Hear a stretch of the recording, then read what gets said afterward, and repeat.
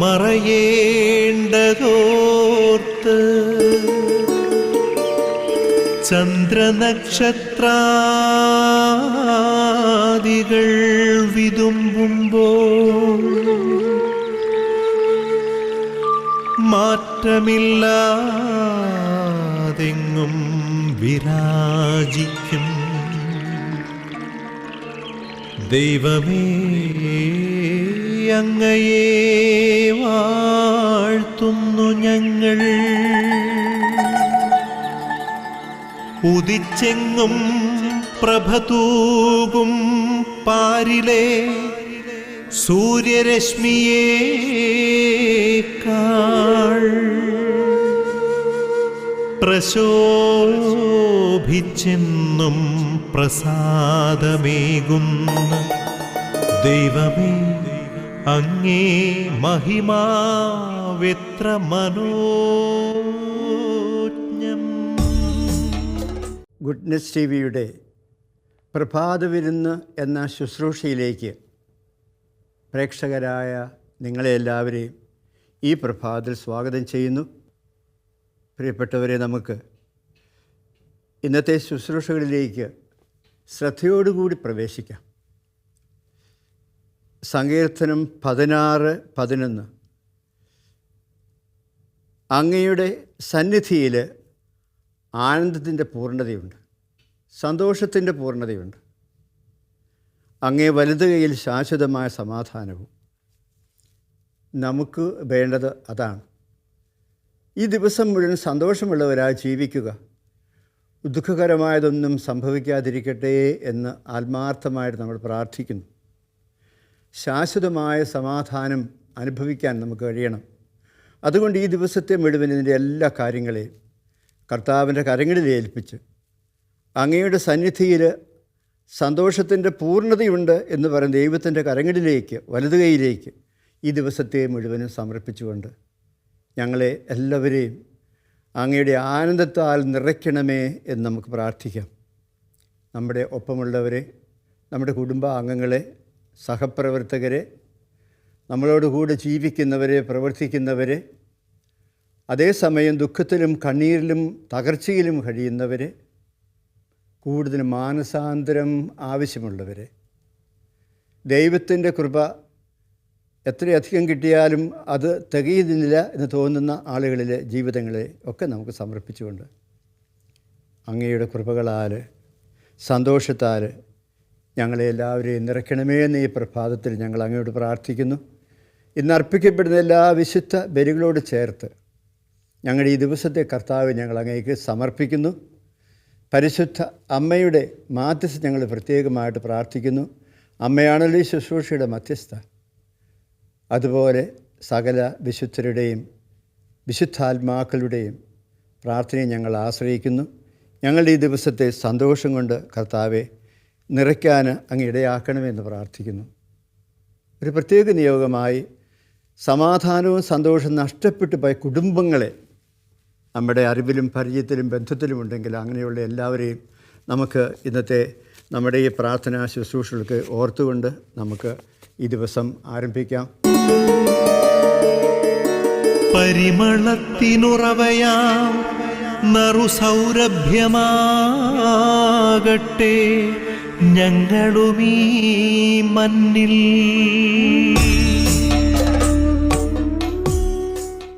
ഇന്ന് നമുക്ക് ചിന്തിക്കാനും പഠിക്കാനുമുള്ള ഒരു ദൈവവചന ഭാഗമായിട്ട് കണ്ടെത്തപ്പെട്ടിരിക്കുന്നത് യോഹന്നാൻ്റെ സുവിശേഷത്തിലെ 4-ാമത്തെ അധ്യായത്തിൽ സമറിയാക്കാരി സ്ത്രീ ഈശോയോട് പറയുന്ന കാര്യവും ഈശോ ആ സ്ത്രീയോട് പറയുന്ന കാര്യവുമാണ്. ആ സ്ത്രീ ഇങ്ങനെയാണ് പറഞ്ഞത്: നിങ്ങൾ അറിയാത്തതിനെ ആരാധിക്കുന്നു, ഞങ്ങൾ അറിയുന്നതിനെ ആരാധിക്കുന്നു. എന്തെന്നാൽ രക്ഷ യഹൂദരിൽ നിന്നാണ്. എന്നാൽ യഥാർത്ഥ ആരാധകർ ആത്മാവിലും സത്യത്തിലും പിതാവിനെ ആരാധിക്കുന്ന സമയം വരുന്നു, അല്ല അതിപ്പോൾ തന്നെയാണ്. അവിടുത്തെ ആരാധിക്കുന്നവർ ആത്മാവിലും സത്യത്തിലുമാണ് ആരാധിക്കേണ്ടത്. ഈശോ ആ സ്ത്രീയോട് പറഞ്ഞ കാര്യമാണ്. സ്ത്രീയുടെ മറുപടിയൊക്കെ നമുക്കറിയാം. അപ്പോൾ എങ്ങനെയാണ് നമ്മുടെ ആരാധനകൾ എന്ന് കർത്താവ് നമ്മളെ ഓർമ്മപ്പെടുത്തുകയാണ്. അത് ആത്മാവിലും സത്യത്തിലുമാണ്. അപ്പോൾ ആരാധനയ്ക്ക്, ദൈവ ആരാധനയ്ക്ക് ദൈവികമായ അനുഷ്ഠാനങ്ങൾക്ക് ഒരാത്മാവിൻ്റെ തലമുണ്ട്, ഒരാത്മാവിൻ്റെ സ്പർശനമുണ്ടാകണം. അത് ആത്മീയതയിൽ നമ്മളെ വളർത്തുന്നതാവണം. അതുപോലെ തന്നെ സത്യത്തിൻ്റെ തലമുണ്ട്. സത്യം അല്ലെങ്കിൽ റിയാലിറ്റി എന്ന് പറയുന്നത് ഈ ജീവിതമാണ്. അപ്പോൾ ജീവിതത്തോട് ബന്ധപ്പെട്ട ജീവിതഗന്ധിയായ ഒന്ന് ഈ ആരാധന ഉണ്ടാകുമ്പോഴാണ് നമ്മുടെ ആത്മാവിനെ പരിപുഷ്ടമാക്കാനും നമ്മളെ ആത്മീയതയിൽ വളർത്താനും നമ്മുടെ ഈ ജീവിതത്തെ നമ്മൾ എന്നും അനുദിനം ജീവിച്ചു പോകുന്ന ജീവിതത്തെ അതിൻ്റെ സത്യത്തെയൊക്കെ ഉൾക്കൊണ്ടുകൊണ്ട് തന്നെ ആ ജീവിതത്തെ മനോഹരമാക്കാനും നമുക്ക് പറ്റുക. അപ്പോൾ ആരാധന ഈ രണ്ടും ഉൾക്കൊള്ളുന്നതാണെന്ന് കർത്താവ് നമുക്ക് പറഞ്ഞു തരികയാണ് ചെയ്യുക. അപ്പം നമ്മളതുകൊണ്ട് ഒരാത്മീയമായ അനുഭവത്തിൻ്റെ തലത്തിലേക്ക് നമ്മുടെ ആരാധനകളെ, നമ്മുടെ പ്രാർത്ഥനകളെ ഒക്കെ നമുക്ക് വളർത്തിയെടുക്കേണ്ടതായിട്ടുണ്ട്. പലപ്പോഴും നമ്മളങ്ങനെ അത്ര ചെയ്യുന്ന ആളുകളല്ല എന്നൊക്കെ നമുക്ക് തോന്നിപ്പോയിട്ടുണ്ട്. ജീവിതഗന്ധിയാക്കാതെ ഇതിനെ ഒരു ആത്മീയ അനുഭവമാക്കി മാറ്റാതെ വെറും അനുഷ്ഠാനമോ ആചരണമോ ആക്കി മാറ്റുക. പണ്ട് ഒരു ചേട്ടൻ എന്നോട് പറഞ്ഞൊരു കാര്യം ഞാൻ ഓർക്കുന്നുണ്ട്. ഈ കല്യാണത്തിൻ്റെ കാര്യം വന്നപ്പോഴാണ്, കല്യാണത്തിന് ഈ പാർട്ടികളൊക്കെ എന്ന് പറഞ്ഞാൽ വരൻ്റെ പാർട്ടിയും വരൻ്റെ പാർട്ടിയും ഒക്കെ ചിലപ്പോൾ വൈകിയേ എത്തുള്ളൂ. അന്നേരം അതൊരു പ്രശ്നമായി. സമയം താമസിച്ചു പോയി, ഭക്ഷണത്തിന് താമസം വരുന്നു, അങ്ങനെ കണ്ട് കുറേ പരാതികളൊക്കെ ഒരു ചേട്ടൻ വന്ന് എന്നോട് പറയാം, അച്ഛാ നമുക്ക് ആ ചടങ്ങ് മാത്രം അങ്ങ് നടത്തിയതാ, ഈ കല്യാണം താലി കിട്ടുന്ന ആ പരിപാടി മാത്രം അങ്ങാക്കി അങ്ങ് നിർത്തിയാൽ കുർബാനയൊന്നും വേണ്ടച്ചു. അപ്പം നമ്മൾ കുർബാനയെ കാണുന്നത്, നമ്മുടെ പ്രാർത്ഥനകളെ കാണുന്നത് ഒരു അനുഷ്ഠാനമോ ചടങ്ങോ ഒക്കെ ആയിട്ടാണ്. വൈകുന്നേരങ്ങളിൽ കുടുംബങ്ങളിൽ പ്രാർത്ഥിക്കുന്നത് ഒരു പതിവിൻ്റെ ആവർത്തനം മാത്രമായിട്ട് നിൽക്കുന്നുണ്ടോ? ഒരു പതിവുണ്ട്, ഞങ്ങൾ എല്ലാ ദിവസവും ഇവിടെ കുരിശ് വരയ്ക്കുന്നവരാണ്. കുരിശ് വര കഴിഞ്ഞാൽ അത്താഴമുള്ളൂ, അങ്ങനെയാണ് പഴയ കാലത്തെ ചിന്ത. അപ്പോൾ കുരിശ് വരയ്ക്കണം, എന്നാലേ അത്താഴം കിട്ടുള്ളൂ. എൻ്റെയൊക്കെ ചെറുപ്പത്തിലെ കാര്യം ഞാനീ പറയുക.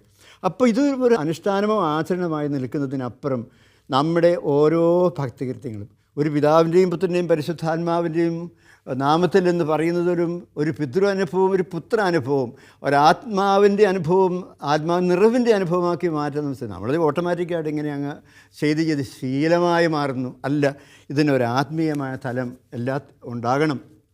അത് നമ്മുടെ ഞായറാഴ്ച കുർബാനയാകട്ടെ, മറ്റു കാര്യങ്ങളാകട്ടെ, നമ്മൾ ബൈബിൾ വായിക്കുന്നതാകട്ടെ, എല്ലാ ദിവസവും വീട്ടിലെ കുരിശുവര കഴിഞ്ഞ് ബൈബിൾ വായിക്കുന്നൊരു ശീലമുണ്ട്. അത് പിള്ളേരെങ്ങനെയെങ്കിലും മുക്കിമുള്ളിയൊക്കെ അത് വായിക്കും. പക്ഷേ ഓരോ വചനവും എൻ്റെ ആത്മാവിനെ കഴുകി വിശുദ്ധീകരിക്കുന്നതും, എൻ്റെ ആത്മാവിനെ ഒരു പുതിയ വെളിച്ചം കൊണ്ട് നിറയ്ക്കുന്നതും, എൻ്റെ ആത്മാവിന് സമ്പന്നത പകരുന്നതും, എൻ്റെ ആത്മീയ ജീവിതത്തെ പരിപോഷിപ്പിക്കുന്നതും തിരുത്തുന്നതും ഇരുമനവാൾ പോലെ ഉള്ള വചനമാണ്. അതെന്നോർത്തുകൊണ്ട് ആ വചനത്തെ സ്വീകരിക്കുന്ന ഒരു ശീലം വ്യക്തിപരമായി വായിക്കുമ്പോഴും അതൊക്കെയാണ് നമുക്ക് ആവശ്യം. അപ്പോൾ നമുക്ക് ഈ ആത്മീയ തലങ്ങളിലേക്കൊക്കെ കൂടുതൽ കടന്നു പോകേണ്ടതാണ്ട്, വളരേണ്ടതായിട്ടുണ്ട്. ഭക്തി എന്ന് പറയുന്നതിനെക്കുറിച്ച് നമ്മൾ ഓർക്കണം. ഭക്തിയിൽ വളരുന്ന ആളുകളാണ് നമ്മൾ. ഭക്തകൃത്യങ്ങൾ ധാരാളം ഉണ്ടാകുന്നുണ്ട്. പുതിയ പുതിയ നൊവേനകൾ, പുതിയ പ്രാർത്ഥനകൾ, പുതിയ ധ്യാന സെൻറ്ററുകൾ, പുതിയ ആധ്യാത്മിക അനുഭവങ്ങളൊക്കെ നമുക്ക് ഈ നാട്ടിൽ തമ്പുരാൻ തരുന്നുണ്ട്. പക്ഷേ അത് ഭക്തിയുടെ തലത്തിൽ മാത്രം നിൽക്കുന്നതായാൽ പോരാ. മറിച്ച് ദൈവികതയിലേക്ക്, ആത്മീയതയിലേക്ക് നമ്മളെ വളർത്തി നമ്മുടെ സ്വഭാവത്തെ വിശുദ്ധീകരിക്കുന്നതും, നമ്മുടെ ആത്മീയ ജീവിതത്തെ പരിപോഷിപ്പിക്കുന്നതും, നമ്മുടെ ജീവിതത്തെ കൂടുതൽ നന്മ കൊണ്ടും വിശുദ്ധി കൊണ്ടും ദൈവകൃപ നിറയ്ക്കുന്നതുമായി മാറുന്ന ഒരനുഭവത്തിലേക്ക് നമ്മുടെ ഭക്തിയെ കൊണ്ടുവരുന്നില്ലെങ്കിൽ എന്താ സംഭവിക്കുന്നറിയാമോ? അത് വരുന്ന ആചരണമായിട്ട് മാറും. ഞാൻ ഒരു വീട്ടമ്മയെ പരിചയപ്പെട്ടു. അപ്പോൾ എപ്പോഴും ഒരു വെള്ളിക്കൊന്ത, ഒരു ചെറിയ വെള്ളിക്കൊന്ത ഈ ചേട്ടത്തിൻ്റെ ചേട്ടത്തിന് പിടിക്കാൻ പ്രായമില്ല, ആ സ്ത്രീയുടെ കൈ കാണും. അപ്പോൾ ഇത് എവിടെ പോയാലും ഇതും കൊണ്ടാണ് പോകുന്നത്. അപ്പം ഇത് കണ്ടപ്പം ഞാൻ ചോദിച്ചു, ഇതെവിടെ നിന്ന് കിട്ടുന്നത് ഈ വെള്ളിക്കൊന്ത? അച്ഛാ, ഞാനത് പ്രത്യേകമായിട്ട് ഉണ്ടാക്കിച്ചെടുത്തതാണെന്ന് പറഞ്ഞു. ഈ കുഞ്ഞു കൊന്ത ഇങ്ങനെ കൈക്കാത്തിരിക്കും എപ്പോഴും. അത് വീട്ടിൽ ജോലി ചെയ്യുമ്പോഴും ഒക്കെ ഉണ്ടെന്നാണ് പറഞ്ഞത്. എന്താ ചോദിച്ചത്? അന്നേരം എന്നോട് ആ സ്ത്രീ പറഞ്ഞ കാര്യം എനിക്ക് ഭയങ്കര ഒരു ഇതായിട്ട് തോന്നി. എനിക്ക് അരിശം വരുമ്പോഴല്ലോ അച്ഛൻ, ചിലപ്പോൾ ദേഷ്യമൊക്കെ വരുവേ, മക്കളോടാകാം, അല്ലെങ്കിൽ പട്ടിയോടാകാം, കുട്ടിയോടാകാം, ആരെയൊക്കെ ദേഷ്യം വരുമ്പോൾ എനിക്ക് കൊന്ത മുറുകെ പിടിക്കും, പരിശുദ്ധാത്മാവ് നിറയണേ എന്ന് പ്രാർത്ഥിക്കും. അതുപോലെ തന്നെ സഹനങ്ങൾ വരുമ്പോൾ ഞാൻ ആ കുരിശിനെ ഒന്നുകൂടെ മുറുകെ പിടിക്കും. അപ്പോഴും ഏത് സഹനവും ഏറ്റെടുക്കാനുള്ള കൃപ എനിക്ക് തമ്പുരാൻ തരും. നോക്കണേ, നമ്മളൊക്കെ കഴുത്തേലും എവിടെയൊക്കെ കൊന്ത കെട്ടിയിടാവോ അവിടെയൊക്കെ കൊന്ത കെട്ടിയിരുന്ന ആളുകളാണ്. പക്ഷേ അതൊരു ജീവിതത്തെ മുഴുവനും സ്വാധീനിക്കുന്ന ഒന്നായിട്ട് മാറുന്നപ്പോൾ അതിനകത്തൊരു ആധ്യാത്മികതയുണ്ട്, ഒരു പുണ്യമുണ്ട്, ഒരു വിശുദ്ധിയുണ്ട്, ഒരു നന്മയുണ്ട്.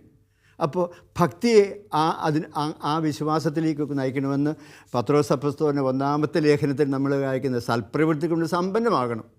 അപ്പോൾ നമുക്ക് ഇങ്ങനെയുള്ള ആധ്യാത്മികതയിലേക്കുള്ള ഒരു വളർച്ച എന്ന് പറയുന്നത്, ഞാൻ പലപ്പോഴും ഈ മീഡിയകളിലൊക്കെ ഇങ്ങനെ ഓരോ ചർച്ചകളൊക്കെ വരുമ്പോൾ ദൈവവിശ്വാസമുള്ളവരും ദൈവവിശ്വാസം ഇല്ലാത്തവരും ഇരുന്നുകൊണ്ട് ചർച്ച ചെയ്യുക. ആരെക്കുറിച്ചാണ് ചർച്ച? ദൈവത്തെക്കുറിച്ചാണ്. ദൈവമില്ല എന്ന് പറയുമ്പോൾ നമ്മൾ വിചാരിക്കും അത് പുതിയ കണ്ടുപിടുത്തമാണ്. അല്ല, നമ്മൾ 14-ാം സങ്കീർത്തനം വായിച്ചോളൂ. മൂഢനൊരു ദൈവമില്ല എന്ന് മൂഢൻ തൻ്റെ ഉള്ളിൽ പറഞ്ഞത് മൂഢനാണ്. അവൻ തിന്മ ചെയ്ത് പാപിയായിത്തീർന്നു. 53-ാം സങ്കീർത്തനം നമുക്ക് നോക്കുന്നതല്ല, കുറേ കാര്യങ്ങൾ അതിനകത്തുണ്ട്. ദൈവമില്ല എന്ന് ഭോഷൻ തൻ്റെ ഹൃദയത്തിൽ പറയുന്നു. മ്ലേച്ഛതയിൽ മുഴുകി അവൻ ദുഷിച്ചിരിക്കുന്നു. നന്മ ചെയ്യുന്നവരാരുമില്ല. ദൈവം സ്വർഗത്തിൽ നിന്ന് മനുഷ്യരെ നോക്കുന്നു. ദൈവത്തെ തേടുന്ന ജ്ഞാനികൾ ഉണ്ടോ എന്ന് അവിടുന്ന് ആരായുന്നു. ദൈവത്തെ തേടുക എന്ന് പറയുന്നത്, തേടിയ കണ്ടെത്തുക തന്നെ ചെയ്യും. യെരമ്യാ നമുക്ക് നൽകുന്ന അഷ്വറൻസ് അതാണ്. നിങ്ങൾ തേടിക്കോളൂ, തീർച്ചയായിട്ടും നിങ്ങൾ തേടിയാൽ കണ്ടെത്തും. അപ്പോൾ ദൈവത്തെ കണ്ടെത്തുക എന്നത് ഈ യെരമ്യാ പ്രവാചകനൊക്കെ 29-13 നമുക്ക് പറഞ്ഞിരുന്ന കാര്യമാണ്. നമ്മളെപ്പോഴും കേൾക്കുന്നൊരു വചനമാണ്. ദൈവത്തെ തേടുമ്പം കണ്ടെത്തും. ഇപ്പോൾ തേടുന്നതെല്ലാം കണ്ടെത്തലുകളായിട്ട് മാറും, കണ്ടെത്തുന്നതെല്ലാം അനുഭവമായി മാറും. ഞാൻ ഉദാഹരണം പറയാം. നമ്മളിപ്പോൾ ഒരു ചെറിയ അരുവി ഒഴുകി പോകുന്നുണ്ട്. ആ അരുവിയിലേക്ക് 2 കാലെടുത്ത് വെച്ച് നമ്മുടെ പാദം നനഞ്ഞു. അത്രയും വെള്ളത്തിൻ്റെ ഒരു അനുഭവം നമുക്ക് കിട്ടും. നമ്മൾ കുറേ കൂടി ആ വെള്ളത്തിലേക്ക് ഇറങ്ങി, മുട്ടോളം ഇറങ്ങി, നീ ഡീപ്പ് വാട്ടർ എന്ന് പറയും. അപ്പം മുട്ടോളം ഇറങ്ങിക്കഴിയുമ്പം അത്രയും ഒരു വെള്ളത്തിൻ്റെ അനുഭവം നമുക്ക് കിട്ടി. നമ്മൾ അരയോളമുള്ള വെള്ളത്തിലേക്ക് ഇറങ്ങി, അത്രയും നമ്മൾ നനഞ്ഞു. ആ നനയുന്നതെല്ലാം നമുക്കൊരു വെള്ളത്തിൻ്റെ അനുഭവമാണ്. കഴുത്തോളമുള്ള വെള്ളത്തിൽ ഇറങ്ങി നിന്നു, പിന്നെ ഇറങ്ങി ശ്വാസം വിട്ടുമല്ലോ. അപ്പോൾ കഴുത്തോളമുള്ള വെള്ളത്തിൽ ഇറങ്ങി നിന്നപ്പോഴും ആ വെള്ളത്തിൻ്റെ കുളിർമയും അതിൻ്റെ സ്വച്ഛതയും അതിൻ്റെ നൈർമല്യവും നമ്മുടെ ശരീരത്തിൽ പകരുന്ന അനുഭവങ്ങളൊക്കെ നമുക്കൊരനുഭവമായി തീർന്നു. ഇറങ്ങാത്തത് കൊണ്ട് അനുഭവമാകാത്തത്, ദൈവത്തെ തേടാത്തത് കൊണ്ടാണ് പ്രിയപ്പെട്ടവരെ അനുഭവമായി തീരാത്തത്. ഇനി വേറൊരു ഉദാഹരണം എടുത്തോളൂ. ഒരു 100 നടയുള്ള ഒരു പള്ളി. പണ്ടൊക്കെ അങ്ങനെയായിരുന്നു. പള്ളിയിലേക്ക് നട കയറി അതൊക്കെ വലിയ ആത്മീയ സിദ്ധാന്തങ്ങളുടെയൊക്കെ ഭാഗമായിട്ടാണ്. ദൈവത്തിലേക്ക് ഇതുപോലെ ഉന്നതങ്ങളിലേക്ക് പോകുന്നതാണ് ദൈവാനുഭവത്തിലെ വളർച്ച എന്നൊക്കെ പറയുന്നതിനെ കൊണ്ടായിരിക്കും പള്ളി കൊണ്ട് മുകളിൽ വെച്ച് ഒത്തിരി നടയൊക്കെ കെട്ടിയിട്ടത്. ഇന്നിപ്പം റോഡും ഒക്കെ ആയിപ്പോയി. പക്ഷേ നമ്മൾ ഓർക്കുക, 100 നടയുണ്ട് പള്ളിയിലെത്താൻ, ദൈവത്തിലെത്താൻ, അല്ലെങ്കിൽ കർത്താവിലെത്താൻ. 10 നട കയറി, അല്ലെങ്കിൽ 20 നട കയറിയിടത്തോളം നമ്മൾ കീഴടക്കിയില്ലേ? കയറിയിടത്തോളം നമുക്കൊരനുഭവമല്ലേ? അവസാനം എത്തുമ്പോഴത്തേക്ക് 100 നട നമ്മൾ കയറിയാൽ നമുക്കതൊരു വലിയ അനുഭവമായിട്ട് മാറുക. ഇതുപോലെ നമ്മുടെയൊക്കെ ജീവിതങ്ങളിൽ ദൈവത്തെ തേടുന്ന മനുഷ്യരായിത്തീരണം. എല്ലായിടത്തും ദൈവത്തിൻ്റെ കരസ്പർശനമുണ്ട്, ദൈവത്തിൻ്റെ സാന്നിധ്യമുണ്ട്, ദൈവത്തിൻ്റെ കൃപകളുണ്ട്. നമ്മൾ പലപ്പോഴും ഇതൊന്നും തേടാറില്ല. നമ്മൾ സ്വാഭാവികമായിട്ട് നമ്മുടെ കാര്യങ്ങളൊക്കെ ചെയ്ത് നമ്മൾ അങ്ങ് പോകുക. അല്ല പ്രിയപ്പെട്ടവരെ, നമുക്ക് ദൈവത്തെ അന്വേഷണത്തിൻ്റെ വിഷയമാക്കണം. അന്വേഷിക്കുന്നവൻ കണ്ടെത്തുക തന്നെ ചെയ്യും. അതുകൊണ്ടാണ് കർത്താവ് പറഞ്ഞില്ലേ, ലൂക്കാ സുവിശേഷം 11 താഴേക്ക് വരുമ്പോൾ നമ്മൾ പ്രാർത്ഥനയെക്കുറിച്ച് 4 മുതലുള്ള വാക്യങ്ങൾ കാണും. നിങ്ങൾ ദൈവത്തെ അന്വേഷിക്കുന്നവരാകണം, മുട്ടുന്നവരാകണം, നിങ്ങൾക്ക് തുറന്നു കിട്ടും. അന്വേഷിച്ച് നിങ്ങൾ കണ്ടെത്തുക തന്നെ ചെയ്യും. അങ്ങനെ ദൈവത്തെ കണ്ടെത്തി ഒരുപാട് മനുഷ്യരുടെ കഥകൾ നമ്മുടെ സമൂഹത്തിൽ കിടപ്പുണ്ട്. അതെല്ലാം വലിയ ആധ്യാത്മിക മനുഷ്യരാണ്. മറുകര എന്ന് പറയുന്ന ഫർദർ ഷോർ എന്ന് പറയുന്നൊരു പുസ്തകമുണ്ട്. അതൊരു സന്യാസത്തെക്കുറിച്ചൊരു പുസ്തകമാണ്. അതിനകത്തും പറയുന്നത് ഇതാണ്: ദൈവത്തെ തേടി നടക്കുക. അവസാനം കണ്ടെത്തി എന്ന് പറയാൻ പറ്റില്ല, തേടിയിടത്തോളം കണ്ടെത്തപ്പെട്ടു. അതൊരു അനുഭവമായിരുന്നു. അതായത് ദൈവാനുഭവം എന്നൊക്കെ പറയുക. നമ്മൾ ഈ താഴ്ന്ന തരത്തിലുള്ള ആധ്യാത്മികതയിൽ നിന്ന് നമുക്ക് ഒരുപാട് മുകളിലേക്ക് നമ്മൾ പ്രായം ചെല്ലുന്നിടത്തോളം ദൈവത്തെ കണ്ടെത്തിയവരും ദൈവത്തെ തേടി ആ അനുഭവത്തിൽ വളർന്നവരും മറ്റുള്ളവർക്ക് ദൈവത്തെ കാട്ടിക്കൊടുക്കുന്നവരുമായി തീരാനുള്ളൊരു ഉത്തരവാദിത്വം ഈ ദൈവാനുഭവത്തിന് മേഖലയിൽ ദൈവം നമുക്ക് നൽകിയിട്ടുണ്ട്. അതുകൊണ്ട് നമുക്ക് അങ്ങനെയുള്ള ഒരു ചിന്തയിലേക്ക് കടന്നു വരട്ടെ. എന്തുമാത്രം ദൈവാനുഭവമുള്ളവനാണ് ഞാൻ, എൻ്റെ തലമുറകൾക്ക് എന്തുമാത്രം ദൈവാനുഭവം പകർന്നു കൊടുക്കാൻ എനിക്ക് കഴിയുന്നുണ്ട്. എൻ്റെ കൂടെ ജീവിക്കുന്നവർ എൻ്റെ ദൈവാനുഭവത്തിൽ പങ്കുപറ്റുന്നവരാണോ? എൻ്റെ വ്യക്തിപരമായ ആധ്യാത്മിക ജീവിതത്തിൽ ഞാൻ പള്ളിയിൽ പോകുന്നുണ്ട്, പ്രാർത്ഥിക്കുന്നുണ്ട്, കുടുംബപ്രാർത്ഥന നടത്തുന്നുണ്ട്, അല്ലെങ്കിൽ ധ്യാനങ്ങൾക്ക് പോകുന്നുണ്ട്, വചനം വായിക്കുന്നുണ്ട്. അതൊക്കെ ഓരോ ദിവസവും എന്നെ ദൈവ അനുഭവത്തിലും ദൈവബന്ധത്തിലും എൻ്റെ വ്യക്തിപരമായ സ്വഭാവത്തിൻ്റെ വിശുദ്ധീകരണത്തിനും എൻ്റെ പുണ്യജീവിതത്തിനും എനിക്ക് എന്തുമാത്രം സഹായകമായി തീരുന്നുണ്ട് എന്ന് ഒന്ന് ചിന്തിക്കാമോ? നമ്മൾ തന്നെ വളരും, നമ്മൾ ഒത്തിരി മാറും, പുതിയ കൃപകൾ നമ്മൾ നിറയാൻ തുടങ്ങുകയും ചെയ്യും. അതുകൊണ്ട് ഈ ചിന്തകളെ വെച്ച് നമുക്ക് പ്രാർത്ഥിക്കാം. തമ്പുരാനെ, നിൻ്റെ അനുഭവം ഉള്ള വ്യക്തികളായി ജീവിക്കാൻ ഞങ്ങളെ പഠിപ്പിക്കണമേ, അനുഗ്രഹിക്കണമേ എന്ന് നമുക്ക് പ്രത്യേകമായിട്ട് പ്രാർത്ഥിക്കാം. നമ്മുടെ മുമ്പേ കടന്നുപോയ ഒരുപാട് വിശുദ്ധരുടെ ജീവിതങ്ങൾ ഇതിന് നമുക്ക് സഹായകം. അതുകൊണ്ട് ആ വിശുദ്ധരുടെ ജീവിതങ്ങളെ നമ്മൾ അറിയണം, വിശുദ്ധരുടെ ജീവിതങ്ങളെ പഠിക്കണം എന്നൊക്കെ പറയുന്നത് നമ്മളെ അത് തീർച്ചയായിട്ടും സ്വാധീനിക്കാതിരിക്കുകയില്ല. അതുകൊണ്ട് പ്രിയപ്പെട്ടവർ, നമുക്കിന്ന് ഈ ഒരു ചിന്തയെ വെച്ചുകൊണ്ട് നമ്മുടെ ദൈവാനുഭവത്തെ നമുക്കൊന്ന് വിലയിരുത്താം. നമുക്ക് ശാന്തമായ പ്രാർത്ഥനയിലേക്ക് വരാം. ആബാ പിതാവേ, സ്നേഹാഗ്നിയാൽ ജ്വലിക്കട്ടെ മക്കളാ ഞങ്ങളെല്ലാം.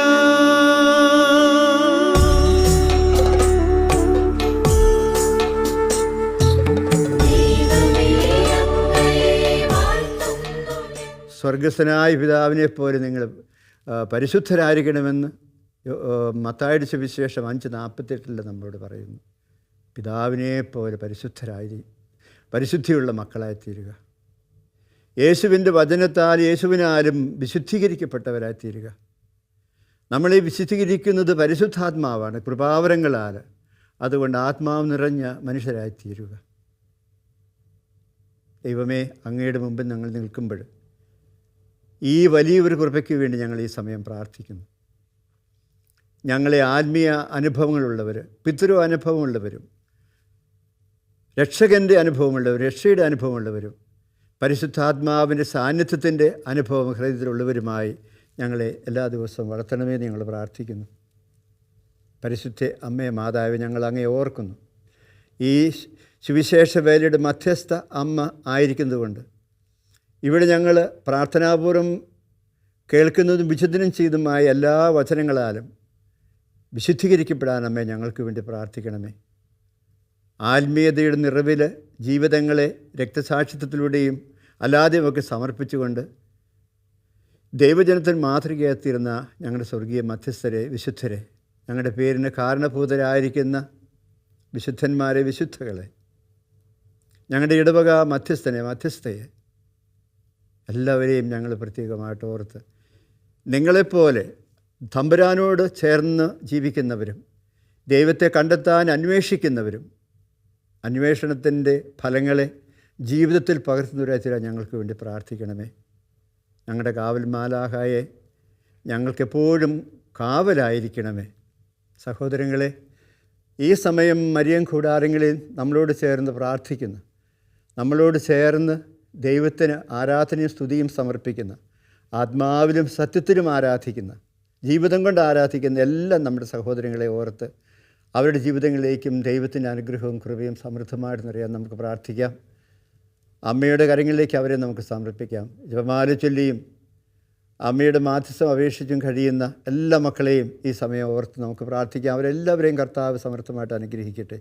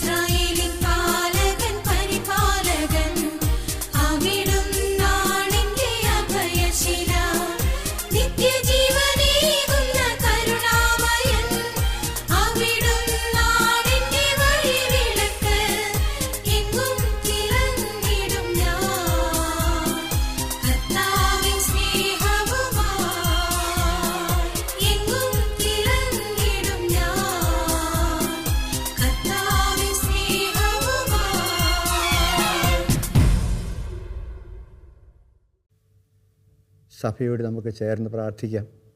പരിശുദ്ധ മാർപ്പാപ്പായിലൂടെയും എല്ലാ കർദിനാളന്മാരുടെയും മെത്രാന്മാരിലൂടെയും വൈദികരിലൂടെയും സന്യസ്തരിലൂടെയും ആത്മായ സഹോദരങ്ങളിലൂടെയും പ്രത്യേകം സഹിക്കുന്ന എല്ലാ വ്യക്തികളിലൂടെയും സഭയിലേക്ക് ഒഴുക്കപ്പെടുന്ന എല്ലാ കൃപകളോടും ചേർന്ന് പ്രാർത്ഥിച്ചുകൊണ്ട് സഭയിലൂടെ നമുക്ക് നൽകുന്ന കർത്താവ് നൽകുന്ന ആശീർവാദം സ്വീകരിക്കാനായിട്ട് നമുക്ക് കണ്ണുകളടച്ച് തലകുനിച്ച് ഈ ആശീർവാദത്തിലേക്ക് പ്രവേശിക്കാം.